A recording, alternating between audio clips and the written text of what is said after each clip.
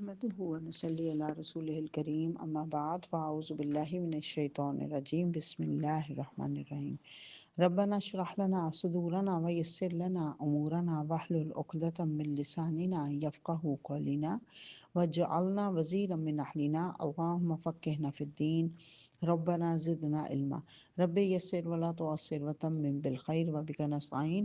الحمدللہ مختصر دورہ قرآن کے سلسلے میں آج ہم تیسرے پارے کو سمجھیں گے۔ تیسرا پارہ جو کہ سورہ البقرہ کی آیت نمبر 253 سے شروع ہوتا ہے، جس میں اللہ تعالیٰ فرما رہا ہے کہ تلک الرسل فضلنا بعضهم علی بعض، یہ رسول ہیں جن کو ہم نے فضیلت دی بعض کو بعض کے اوپر۔ گویا کہ اللہ تعالیٰ نے رسولوں کو انسانوں کی ہدایت پر معمور کیا اور ان میں سے کئی کو دوسروں سے بڑھ کر مرتبے عطا کیے۔ ان میں سے کوئی تو ایسا تھا جو اللہ سے ہم کلام ہوا، یعنی کہ حضرت موسیٰ علیہ السلام، کسی کو اس نے دوسری حیثیتوں میں بلند درجیت دیے، اور آخر میں عیسیٰ ابن مریم کو روشن نشانیاں عطا کی اور روح پاک سے اس کی مدد کی۔ اگر اللہ چاہتا تو ممکن نہ تھا کہ ان رسولوں کے بعد جو لوگ روشن نشانیاں دیکھ چکے تھے وہ آپس میں لڑتے۔ تو بتا دیا گیا کہ رسولوں کو اللہ تعالیٰ نے بعض کو بعض پر فضیلت دی، جیسے کہ ہم دیکھتے ہیں حضرت ابراہیم علیہ السلام کو امام الانبیاء بنایا گیا، ابو الانبیاء بنایا گیا اور خلیل اللہ بنایا گیا۔ حضرت محمد صلی اللہ علیہ وسلم کو امام الانبیاء بنایا گیا، اور حضرت محمد صلی اللہ علیہ وسلم کی فضیلت جو باقی تمام رسولوں کے اوپر ہے وہ بالکل واضح ہے۔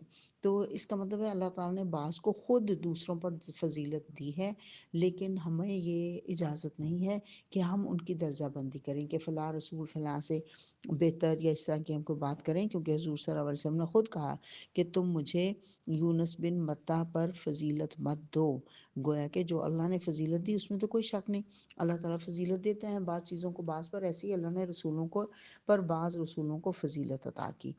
سب سے پہلے اس بات کی وضاحت کی گئی کہ ہمارا انسان کا یہ مقام نہیں کہ وہ ایک رسول کو ایک کو مانے دوسرے کو نہ مانے، یا ایک رسول کو زیادہ فضیلت دے دوسرے کے اوپر، یہ ہمارا مقام نہیں۔ اللہ نے فضیلت دی ہے، ہمارا ایمان یہ ہے، ہمارا مقام یہ ہے اور ہمارا ایمان یہ ہے کہ ہم تمام رسولوں کو اللہ کے بھیجے ہوئے پیغمبر تسلیم کریں۔ اور اللہ نے ساتھ ہی فرما دیا کہ اللہ کے راستے میں خرچ کرو اس سے پہلے کہ وہ دن آ جائے جس دن نہ کوئی دوستی کام آئے گی نہ سفارش چلے گی۔ گویا کہ اللہ اپنے راستے میں خرچ کرنے کی مثال دیتا ہے۔ جو کچھ بھی اب یہاں پہ رزقناکم کا کہا گیا، جو رزق اللہ نے مجھے اور آپ کو دیا ہے وہ مال میں سے بھی ہو سکتا ہے، اور وہ ہماری صلاحیتیں بھی ہو سکتی ہیں جو اللہ نے دی ہیں، وہ رزق بھی ہے جو اللہ نے دیا، اور ہماری صلاحیتیں بھی، اور ہماری کوئی طاقت، بولنے کی طاقت، چلنے کی طاقت، لکھنے کی طاقت، ان سب کو اللہ کے راستے میں خرچ کرو، یہاں پہ یہ کہا جا رہا ہے۔ اور پھر ساتھ ہی آیت الکرسی شروع ہو گئی، جس کے بارے میں حضور صلی اللہ علیہ وسلم نے فرمایا یہ قرآن کی عظیم ترین آیت ہے۔ جی دراصل اللہ کی معرفت کی آیت ہے، اللہ کی توحید الہی یہ بیان کرتی ہے کہ اللہ کے سوا کوئی الہ نہیں، جو کہ ہمیشہ سے زندہ اور ہمیشہ زندہ رہے گا، ہمیشہ سے قائم ہے اور ہمیشہ قائم رہے گا، اور کائنات کی تمام چیزوں کو قائم رکھے گا۔ اور اللہ وہ ہے جس کو نہ اونگ آتی ہے نہ نیند آتی ہے، زمین اور آسمان میں جو کچھ ہے سب اسی کا ہے، اور اس کے پاس اس کی اجازت کے بغیر کوئی سفارش کام نہیں آ سکتی۔ یعنی اگر کوئی چاہے کہ ہم سفارش کروں تو جب تک اللہ نہ چاہے وہ سفارش کر ہی نہیں سکتا، اور کیونکہ وہ جانتا ہے بندوں کے جو سامنے ہے اور جو بندوں کے پیچھے ہے، اور اللہ کی حکومت آسمانوں اور زمین پر چھائی ہوئی ہے۔ یہاں پہ کرسیہ السماوات والارض کہا گیا کہ اللہ کی کرسی سے مراد وہ کرسی نہیں جو ہمارے ذہنوں میں آتی ہے، بلکہ اس کا مطلب اللہ کا اقتدار، اللہ کی سلطنت، اللہ کا کی اجارہ داری زمین آسمانوں تمام پر ہے، اور اس کو اس کام میں کوئی تھکاوٹ بھی نہیں ہوتی۔ ساتھ ہی آگے کہہ دیا گیا کہ لا اکراہ فی الدین، دین کے مقابلے میں کوئی زور زبردستی نہیں۔ گویا کہ دین اختیار کرنے کے لیے کوئی کسی کو زور زبردستی نہیں کر سکتا کہ تم ضرور دین اختیار کرو، لیکن جب دین اختیار کر لیا جائے گا پھر زور زبردستی ہوگی۔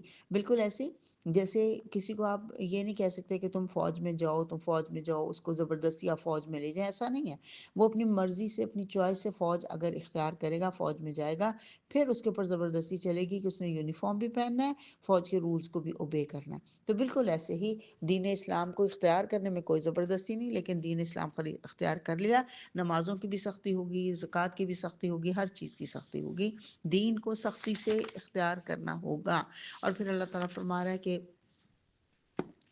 وہ لوگ جو طاغوت کا انکار کرتے ہیں۔ طاغوت کیا ہے؟ طغا اس کا روٹ ہے، یعنی اپنے الہ ہونے کا اعلان کر دے تو وہ طاغوت ہوتا ہے۔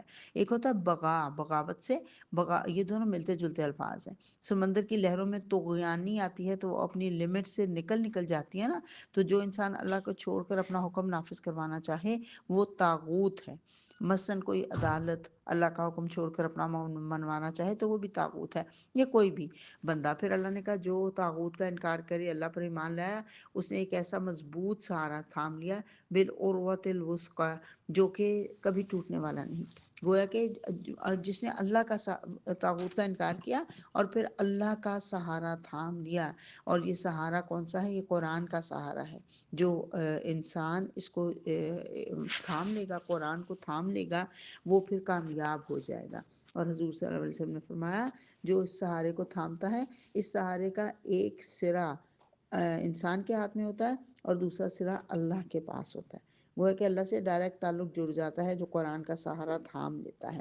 اور پھر اللہ نے فرمایا کہ یہ ٹوٹنے والا بھی نہیں ہے، یہ سہارا ایسا ہے جو تندہی سے اس کو اختیار کر لیتا ہے، تھام لیتا ہے، یہ سہارا کبھی ٹوٹنے والا نہیں۔ ان کا حامی اور مددگار اللہ ہو جاتا ہے جو لوگوں کو تاریکیوں سے نکال کر روشنی کی طرف لے کر آتا ہے۔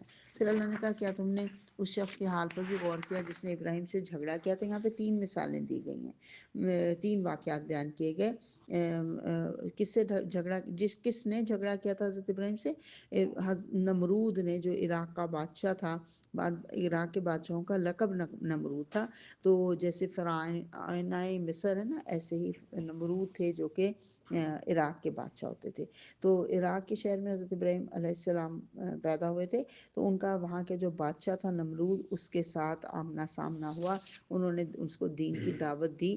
تو نمرود نے بحث کی، جھگڑا اس بات پر کہ ابراہیم کا رب کون ہے، اور اس شخص کو اللہ نے حکومت دے رکھی تھی۔ جب ابراہیم نے کہا کہ میرا رب وہ ہے جس کے اختیار میں زندگی اور موت ہے، اس نے کہا زندگی اور موت تو میرے اختیار میں ہے۔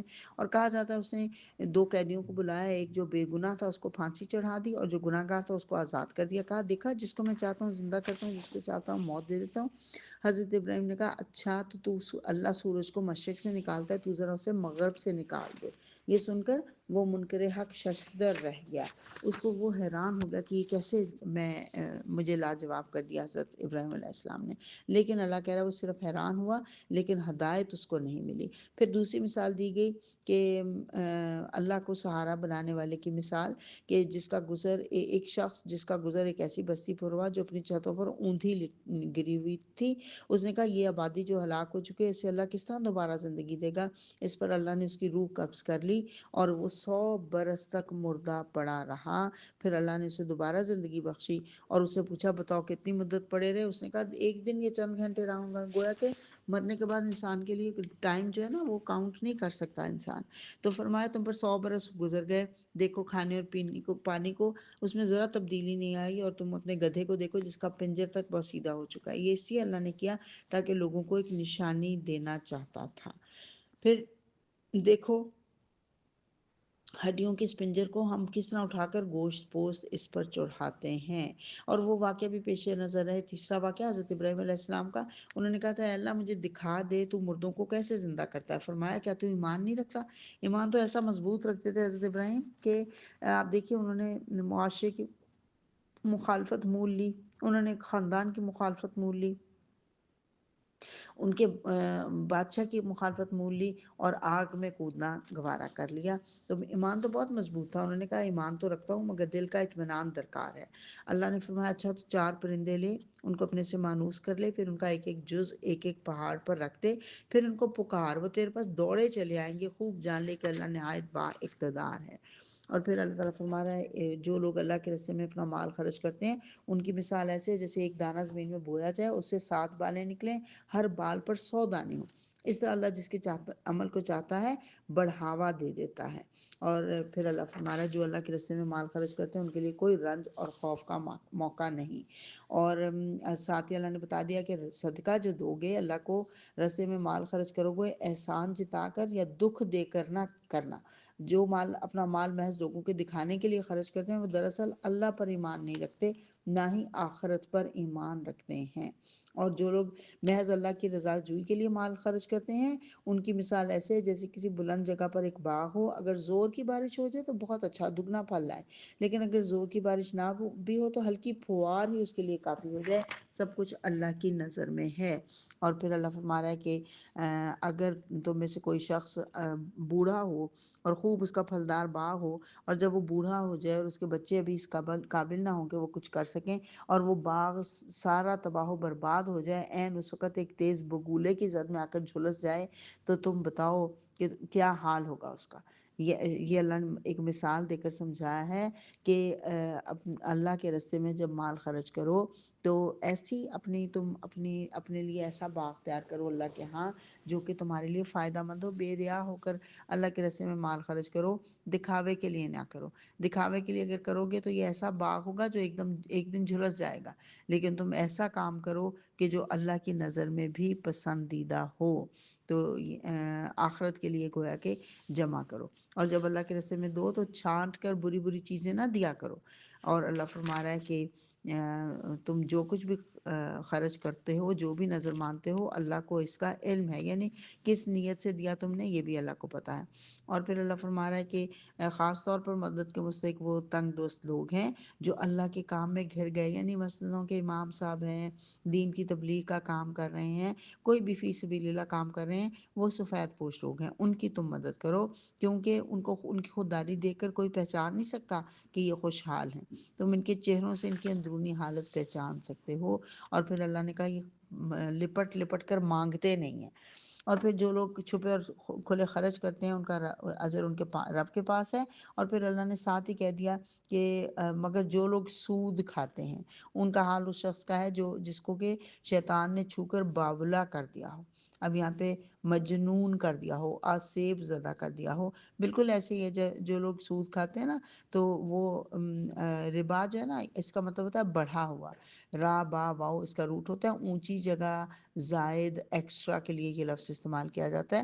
تو جو اصطلاحاً یہ اس کے لیے استعمال ہوتا ہے، اس زائد رقم کے لیے جو لوگ لیتے تھے کہیں سے، کسی سے ادھار لیتے تھے اور پھر کہتے تھے ہم جب آپ کو واپس کریں گے تو اس میں بڑھاوا کر کے زائد دیں گے، اس کو سود کہا جاتا ہے۔ تو اس کو اللہ تعالیٰ کہہ رہے ہیں جو سود کھانے والا ہوتا ہے وہ ایسے جیسے شیطان نے اس کو چھو کر باولا کر دیا ہو، بالکل ایسے ہی ہوتا ہے۔ جب ان کو واپس پیسہ نہیں ملتا تو پاگلوں کی طرح یہ دوڑ دھوپ کر رہے ہوتے ہیں کہ ہمیں کس طرح پیسہ واپس مل جائے۔ اللہ کہہ رہے ہیں، اور وہ کہتے ہیں کہ تجارت بھی تو آخر سود ہی جیسی چیز ہے، حالانکہ اللہ نے تجارت کو حلال کیا اور سود کو حرام، کیونکہ تجارت میں رسک ہوتا ہے کہ کامیابی بھی ہو سکتی ہے، منافع بھی ہو سکتا ہے اور نقصان بھی، لیکن سود میں نہ تو محنت ہوتی ہے اور نہ ہی یہ رسک ہوتا ہے۔ اللہ فرما رہا ہے یہ نصیحت ہے آئندہ کے لیے، سود خواری سے باز آ جاؤ، جو پہلے ہو چکا سو ہو چکا، لیکن جو اس بات کو حکم کو سن کے پھر یہی کام کرے گا وہ ضرور جہنم میں ڈالا جائے گا۔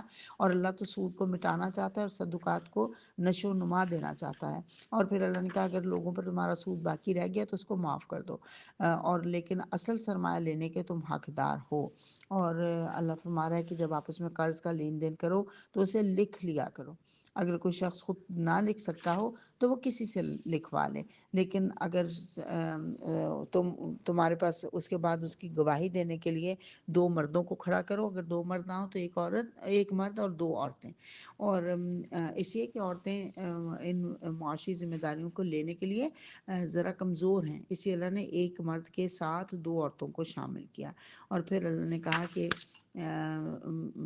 کوئی شخص اگر دوسرے پر بھروسہ کر کے اس کے ساتھ معاملہ کرے تو بھروسہ کیا جانے والے شخص کو چاہیے کہ امانت ادا کرے اور اللہ اپنے رب سے ڈرتا رہے اور شہادت کبھی نہ چھپاؤ۔ اور اللہ کسی متنفس پر اس کی قدرت سے بڑھ کر بوجھ نہیں ڈالتا۔ سورہ البقرہ کا آخری رکوع شروع ہو گیا، آخری دو آیات جو ہیں ان کے بارے میں آیا کہ یہ اللہ کے عرش کے سائے تلے سے حضرت محمد صلی اللہ علیہ وسلم کو معراج کے موقع پہ تحفتاً دی گئی تھی۔ اور یہ ایسی صورتیں ہیں جو حضرت محمد صلی اللہ علیہ وسلم کے، یہ ایسی آیات ہیں جو حضرت محمد صلی اللہ علیہ وسلم کے علاوہ کسی نبی کو نہیں دی گئی تھی۔ حضور صلی اللہ علیہ وسلم نے تاکید کی کہ ان آیات کو یاد کرو، اپنے بیوی بچوں کو بھی یاد کراؤ۔ بہت خوبصورت آیات ہیں، لیکن ہم نے نماز میں پڑھنی ہوتی ہیں تو ہم اس کے لیے تیسری آیت بھی ساتھ میں لا لیتے ہیں، للہ ما فی السماوات و ما فی الارض سے شروع کرتے ہیں، یعنی آیت نمبر 284 سے شروع کرتے ہیں، اور اس میں اللہ تعالیٰ فرما رہا ہے کہ اللہ تعالیٰ بہرحال تمہارا حساب لینے والا ہے، پھر اس کا مرضی ہے جس کو چاہے معاف کر دے، جس کو چاہے سزا دے، اور پھر جو لوگ ہدایت پر ایمان لاتے ہیں وہ رسولوں پر، اللہ پر، رسولوں پر، فرشتوں پر اور اس کی کتابوں پر ایمان لاتے ہیں، اور وہ رسولوں کو ایک دوسرے سے فرق نہیں کرتے، اور ساتھ ہی اللہ نے بتا دیا کہ اللہ کسی پر اس کی طاقت سے بڑھ کر بوجھ نہیں ڈالتا، ہر شخص نے جو نیکی کمائی ہے اس کا پھل اسی کے لیے، اور جو بدی سمیٹی ہے اس کا وبال اس پر ہے۔ اور ایمان لانے والے یوں دعا کیا کرتے ہیں کہ ربنا لا تؤاخذنا ان نسینا او اخطانا، اے ہمارے رب ہم سے بھول چوک میں جو قصور ہو جائے ان پر گرفت نہ کر، اور مالک ہم پر وہ بوجھ نہ ڈال جو تو نے ہم سے پہلے لوگوں پر ڈالے تھے، ربنا ولا تحملنا ما لا طاقت لنا به، اور وہ دعا کرتے ہیں کہ اے پروردگار جس بوجھ کو اٹھانے کی طاقت ہم میں نہیں وہ ہم پر نہ رکھ، اور ہمارے ساتھ نرمی کر، واعف عنا، نرمی کر کے ہمارے گناہوں کو کہیں لکھا نہ جائے، فاغفر لنا، اگر لکھ دیا گیا یا اللہ تو ہمیں ان گناہ لکھے ہوئے گناہوں کو بخش دے، معاف کر دے، اور ورحمنا، اور ہم پر رحم کر دے کہ وہ گناہ نامہ اعمال سے بھی مٹ جائیں اور ہمارے پر ان کا کوئی بوجھ بھی نہ رہے، اور انت مولانا، اے مالک تو ہمارا مولا ہے، فانصرنا علی القوم الکافرین، تو ہمیں کافر قوم پر ہماری مدد فرما۔ سورہ البقرہ مکمل ہوئی۔ سورہ آل عمران الزہراوین، حضور صلی اللہ علیہ وسلم نے فرمایا تھا آل عمران اور البقرہ کو دونوں کو دو جگمگاتی ہوئی صورتیں البقرہ اور آل عمران پڑھا کرو، یہ دونوں صورتیں قیامت والے دن بدلیوں کی صورت میں آئیں گی اور اپنے پڑھنے والوں کے لیے سفارش کریں گی۔ البقرہ میں یہودیوں کے بارے میں زیادہ بات تھی اور اس صورت میں نصارہ کا زیادہ تذکرہ ہے۔ اللہ فرما رہا ہے بسم اللہ الرحمن الرحیم، الف لام میم، اللہ لا الہ الا هو الحی القیوم، الزندہ جاوید ہستی ہے وہ جو نظام کائنات کو سنبھالے ہوئے ہے، حقیقت میں اس کے سوا کوئی خدا نہیں۔ عیسائی کہتے تھے حضرت عیسیٰ کو مصلوب کر دیا گیا، گویا ان کو موت آ گئی، تو اس کی اللہ تعالیٰ نے آغاز میں ہی تردید کر دی کہ وہ کیسے معبود ہو سکتا ہے جس کو موت آ جائے، اللہ کو تو موت نہیں آتی، خدا کو، معبود کو تو موت نہیں آتی۔ اور پھر اللہ فرما رہا ہے یہ کتاب جو تمہارے پاس آئی ہے ان آیات کی، ان کتابوں کی تصدیق کرتی ہے جو تمہارے پاس پہلے سے موجود تھی۔ اس کتاب میں دو قسم کی آیات ہیں، محکمات اور متشابہات۔ محکمات وہ ہیں جو کہ محکم ہیں، جن کا واضح حکم ہے کہ نماز، روزہ، زکوٰۃ واضح حکم ہے، لیکن کچھ متشابہات بھی ہیں جن کو سن کے عجیب انسان شک میں پڑ جاتا ہے، جیسے اللہ کا ہاتھ، اللہ کا چہرہ، یا ابھی ہم نے پڑھا کرسی السماوات، اللہ کی کرسی، وہ کیسی ہوگی؟ یہ متشابہات ہیں۔ اور اللہ فرما رہا ہے جن لوگوں کے دلوں میں ٹیڑھ ہے وہ فتنے کی تلاش میں ہمیشہ متشابہات کے پیچھے پڑے رہتے ہیں۔ حکم ہمارے لیے ہے کہ محکمات کو ماننا ہے، متشابہات پہ ایمان لانا ہے، لیکن ان کی کھوج کے اندر نہیں پڑے رہنا۔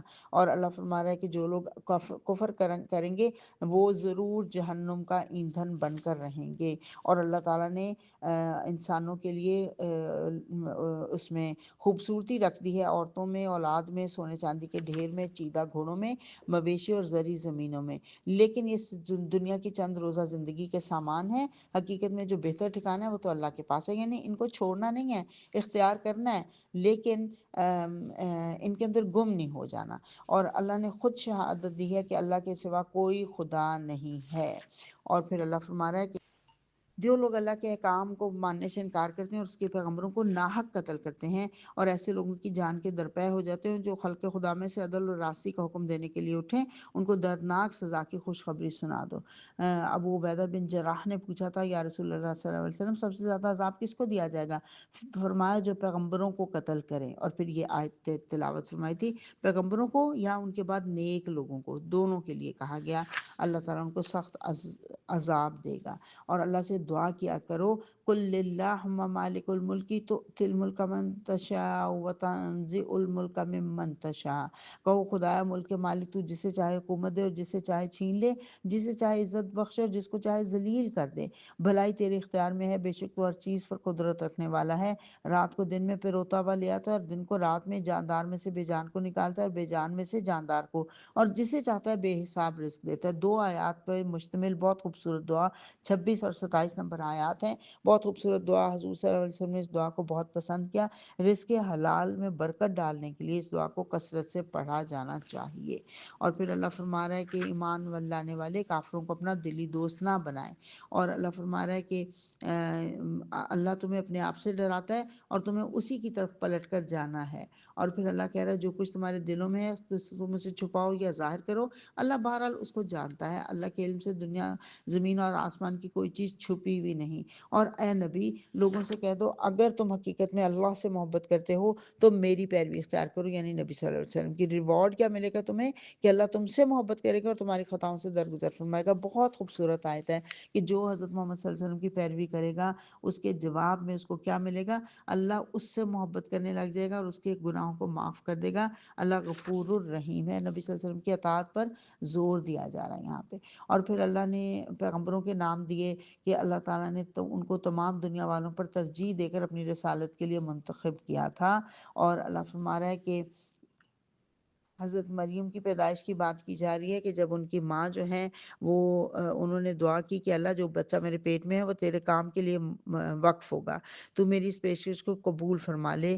تو پھر جب وہ بچی پیدا ہوگی تو وہ پریشان ہوگی، انہوں نے کہا لڑکی کیسے پیدا ہوگی؟ بہرحال انہوں نے ان کا نام مریم رکھ دیا اور ان کے لیے دعا کی کہ اے اللہ میں اسے اور اس کی آئندہ نسل کو شیطان مردود کے فتنے سے تیری پناہ میں دیتی ہوں۔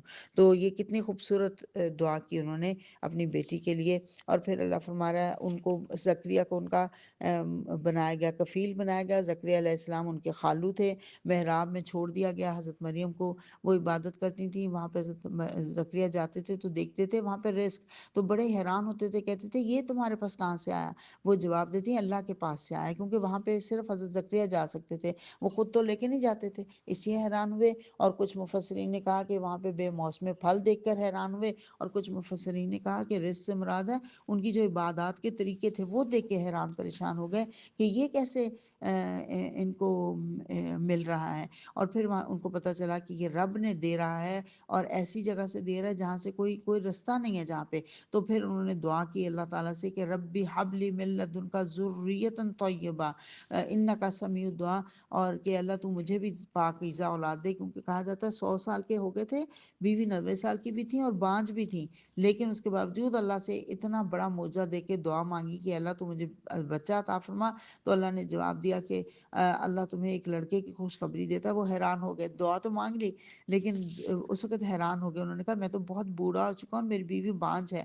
اللہ نے کہا ایسا ہی ہوگا، اور پھر اللہ تعالیٰ نے ان کو حضرت یحییٰ علیہ السلام عطا فرمائے، جن کا نام حضرت اللہ سبحانہ تعالیٰ نے خود رکھا۔ اور پھر اس کے بعد اللہ کہہ رہے یہ غیب کی خبریں ہیں۔ اور حضرت مریم کو اللہ تعالیٰ نے تمام دنیا کی عورتوں پر ترجیح دے کر اپنی خدمت کے لیے چن لیا۔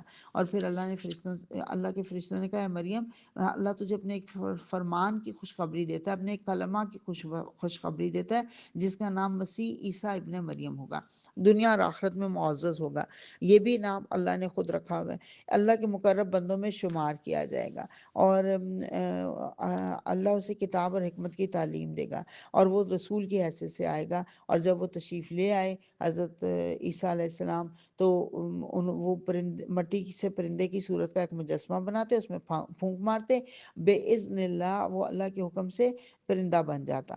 پھر وہ مادرزاد اندھے اور کوڑھی کو اچھا کرتے اور مردے کو زندہ کرتے، اور لیکن ہر کام وہ بے اذن اللہ کر کے کر رہے تھے، یہ خاص طور پہ بتایا گیا۔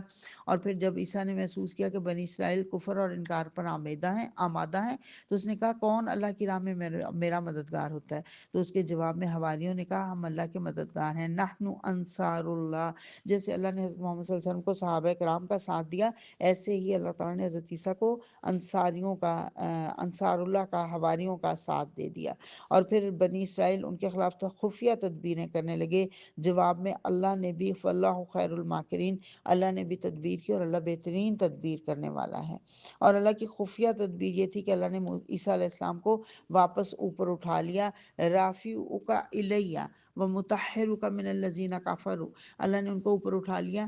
رافعو کا الیہ جو کہا گیا یہ واضح کرتا ہے کہ اللہ نے رفع کر لیا اپنی طرف۔ رافعو کا صرف ہوتا تو اس کا مطلب تھا بلند کر دیا، لیکن رافعو کا الیہ کا مطلب ہے اپنی طرف بلند کر لیا اور ان کو پاکیزہ کر دیا۔ اور پھر اللہ کہہ رہا ہے میں تجھے پاک کر دوں گا ان لوگوں سے جو تیرے خلاف باتیں کر رہے ہیں۔ اور اللہ کہہ رہا ہے یہ حضرت عیسیٰ کی مثال آدم علیہ السلام کی طرح سے ہے نا، کہ حضرت آدم علیہ السلام کو تو مٹی سے پیدا کیا تھا، اور اس وقت تو ان کا نہ کوئی ماں تھی نہ باپ۔ حضرت عیسیٰ علیہ السلام کو مٹی سے پیدا کیا گیا اور کہہ دیا گیا کن فیکون، تو وہ ہو گئے، جبکہ ان کی ماں موجود تھیں۔ اس سے بڑا معجزہ یہ تھا کہ حضرت آدم علیہ السلام کا پیدا کیا جانا۔ اور پھر اللہ کہہ رہا ہے علم آ جانے کے بعد بھی اگر یہ آپ سے جھگڑے کر رہے ہیں تو اے محمد صلی اللہ علیہ وسلم ان سے کہو کہ آؤ ہم اور تم خود بھی آ جائیں اور اپنے اپنے بال بچوں کو بھی لے آئیں، اور اللہ سے دعا کریں کہ جو جھوٹا اس پر خدا کی لعنت ہو۔ نجران سے ایک وفد آیا تھا اور اس نے حضور صلی اللہ علیہ وسلم سے بڑے بحث و تمہیز کی، لیکن مان کے نہیں دیا ساری دلیلوں کے باوجود۔ تو اللہ نے کہا ان کو ٹھیک ہے، اس کو آیت مباہلہ کہا جاتا ہے۔ صبح نکلو تم بھی اپنے بال بچوں کو لے کے اور میں بھی، اور پھر دیکھتے ہیں کہ اور ایک دوسرے کو کہیں گے کہ جو جھوٹ بول رہا ہے اس پر اللہ کی لعنت ہو۔ حضرت محمد صلی اللہ علیہ وسلم حضرت فاطمہ کو لے کر اور حضرت امام حسن اور حسین کو لے کر باہر نکلے، اور حضرت علی کو لے کے ایک چادر کے نیچے، اور جب ان کو دیکھا ان لوگوں نے تو وہیں سے بھاگ گئے۔ ان کے سرداروں نے آپس میں بات چیت کی، انہوں نے کہا کہ کیوں نہیں ان کے مقابلے میں نکل رہے؟ تو انہوں نے کہا ہم بالکل نہیں نکلیں گے، ان کے چہرے جو ہیں وہ جھوٹ نہیں بولتے، یہ سچے چہرے ہیں، اگر انہوں نے ہمارے لیے بد دعا کر دی تو دنیا میں ایک عیسائی بھی زندہ نہیں رہے گا۔ تو انہوں نے کہا پھر مان کیوں نہیں لیتے؟ تو ساتھی آپس میں یہ بات چیت کر رہے تھے، قز بن علقمہ تھا ان کا سردار، اور ابو حارثہ تھا، یہ آپس میں بات کر رہے تھے۔ تو اس نے کہا کہ ہم اس لیے نہیں مان سکتے کہ ہمیں رومیوں سے اتنی ملی ہوئی ہیں عنایات ملی ہوئی ہیں، اگر ہم نے اسلام قبول کر لیا وہ ہم سے چھن جائیں گی۔ دنیا کی خاطر گویا کہ انہوں نے یہ کام کیا تھا۔ اللہ فرما رہا ہے یہ لوگ ابراہیم کے بارے میں جھگڑا کرتے ہیں، حالانکہ اور کہتے ہیں کہ وہ یہودی، کہتے ہیں وہ یہودی تھے، عیسائی کہتے ہیں وہ عیسائی تھے، حالانکہ تورات اور انجیل تو ابراہیم کے بعد نازل ہوئی ہیں۔ وہ تو یکسو مسلمان تھے، مسلم یکسو تھے، اور ہرگز مشرکوں میں سے نہیں تھے۔ اللہ تعالیٰ نے یہ قرآن میں 4 دفعہ یہ بات کی، وَمَا كَانَ مِنَ الْمُشْرِكِينَ، مشرکوں میں سے نہیں تھے۔ اور اللہ کہہ رہا ہے ایک گروہ تو تمہیں راہ راست سے ہٹانا ہی چاہتا ہے، اور ایک گروہ کہتا ہے کہ اس نبی کے ماننے والوں پر جو کچھ نازل ہوا اس پر صبح ایمان لاؤ اور شام کو اس کے انکار کر دو، تاکہ جو لوگ نئے نئے اسلام لا رہے ہیں وہ کہیں اہل کتاب اگر انکار کر رہے ہیں تو اس کا مطلب ہے دین اسلام میں کوئی بڑی بات نہیں ہے۔ تو یہ اس طرح سے مسلمانوں کو مترفر کرنے کے لیے ایسا کر رہے تھے۔ اللہ کہہ رہا ہے کہ اہل کتاب میں سے کچھ تو ایسے ہیں جن پر اعتماد کر کے تم مال و دولت کا ایک ڈھیر بھی دے دو تو وہ تمہارا مال تمہیں واپس کر دیں گے، اور کسی کا حال یہ ہے کہ تم ایک دینار کے معاملے پہ بھی اس پر بھروسہ کرو تو اس کو ادا نہیں کرے گا۔ یہ ان کا طریقہ زندگی اللہ بتا رہا ہے۔ اور کچھ لوگ ایسے ہیں جو کتاب پڑھتے ہوئے اس طرح زبان کا الٹ پھیر کرتے ہیں کہ تم سمجھو جو کچھ وہ پڑھ رہے ہیں وہی کتاب کی عبارت ہے، حالانکہ وہ کتاب کی عبارت نہیں ہوتی۔ اور اللہ فرما رہا ہے کہ اللہ نے پیغمبروں سے وعدہ لیا تھا کہ آج ہم نے تمہیں کتاب اور حکمت سے نوازا ہے، کل کوئی دوسرا رسول آئے گا تو تم اس کی تقلید کرو گے، اس کی مدد کرو گے۔ اور سب سے پوچھا کہ کیا تم اقرار کرتے ہو؟ سب نے اقرار کیا تھا، گویا حضرت محمد صلی اللہ علیہ وسلم کی آمد سے پہلے ہی یہ اقرار ان سے لے لیا گیا تھا۔ اور اب کیا یہ لوگ اللہ کا اطاعت چھوڑ کر کوئی اور طریقہ اختیار کرنا چاہتے ہیں؟ اللہ فرما رہا ہے کہ اللہ ان لوگوں کو ہدایت بخشے جنہوں نے نعمت ایمان پا لینے کے بعد پھر کفر اختیار کیا۔ یہ کیسے ہو سکتا ہے؟ یعنی جو اپنا مرتد ہو گئے ہیں ان کو کیسے ہدایت مل سکتی ہے؟ اور اللہ کہہ رہا ہے ان پر تو اللہ اور فرشتوں کی پھٹکار ہے، اور ایسے لوگ تو پکے گمراہ ہیں۔ یقین رکھو جن لوگوں نے کفر کیا اور کفر ہی کی حالت میں جان دی، ان میں سے کوئی اگر اپنے آپ کو سزا سے بچانے کے لیے روئے زمین بھر کا بھی سونا دینا چاہے تو اسے فدیے میں قبول نہیں کیا جائے گا۔ ایسے لوگوں کے لیے دردناک سزا تیار ہے۔ وآخر دعوانا ان الحمد للہ رب العالمین۔ اللہم انس واشتنا فی قبورنا، اللہم ارحمنا بالقرآن العظیم وجعلہ لنا اماما ونورا وہدی ورحمہ، اللہم ذکرنا منہ ما نسینا وعلمنا منہ ما جہلنا وارزقنا تلاوتہ آناء اللیل وآناء النہار واجعلہ لنا حجتا یا رب العالمین۔